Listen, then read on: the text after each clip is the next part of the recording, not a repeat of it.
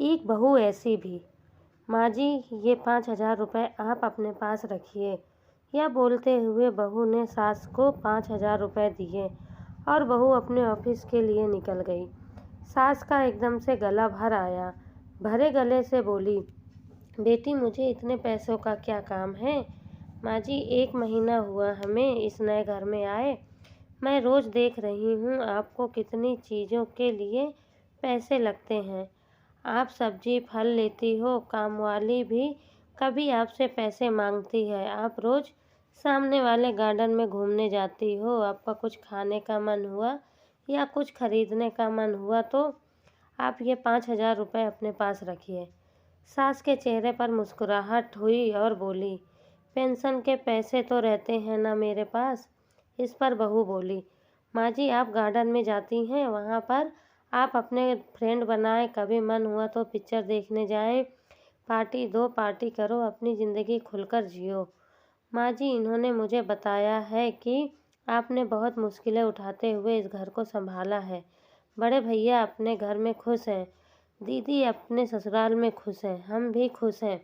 अब आप किसी की या कोई भी चिंता किए बगैर खुश रहें। सिर्फ अपने लिए जियो। जो आपके मन में आए वो करो। मैं जानती हूँ आपने अपनी कितनी मुश्किलें उठाई हैं इस परिवार को संभालने के लिए। इस घर को बनाने में भी आपकी कई इच्छाओं का गला घोटा गया है। बस जो हुआ सो हुआ। अब आप सिर्फ और सिर्फ खुद के लिए जियो। बेटी, इतनी छोटी सी उम्र में इतनी बड़ी बड़ी बातें कहाँ से सीखी तूने? माँ जी, जब मैं 12 साल की थी तब एक दिन मेरी दादी बुआ के यहाँ जा रही थी। मेरी माँ ने दादी को 500 रुपये उनके हाथ पर रखे और बोली, वहाँ बच्चों को बाहर ले जाना, नानी की तरफ से कुछ खाने पीने पे खर्चा करना, खिलौने लेकर देना। दादी मम्मी के गले में लगकर रोने लग गईं और मैंने इतने पैसे आज तक कभी दिल खोलकर खर्च न किए ही नहीं, ऐसा बोलने लगी। तब से मम्मी और दादी का व्यवहार आपस में अच्छी सहेलियों जैसा था। माँ जी, मुझे ये भी पता लगा कि इस परिवार को संभालने के लिए आपको अपनी जॉब भी छोड़नी पड़ी। कितना बुरा लगा होगा आपको, कितनी इच्छाओं महत्वाकांक्षाओं का दम घोटना पड़ा होगा। इसके बाद हर छोटी बड़ी बात के लिए आपको पति के सामने हाथ फैलाना पड़ा होगा।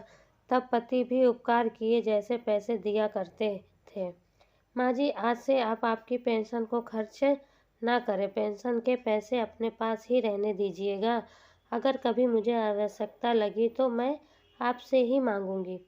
बस बेटी, सब कुछ आज ही बोलोगी क्या? तुझे ऑफिस में देर हो रही है, जल्दी जा। मुझे बोलने दो माँ, यह भी मैं अपनी खुशी के लिए ही कर रही हूँ। मेरी माँ हमेशा कहती है कि 16-17 घंटे घर में काम करने वाली महिला को कोई समझता नहीं है, लेकिन तुम अपनी सास की मेहनत को ध्यान में रखना। प्यार बोओगी तो प्यार ही उगेगा। सास ने डबडबाई आंखों से बहू को गले लगाया और आंखों से ओझल न हो तब तक दरवाजे में खड़ी रही।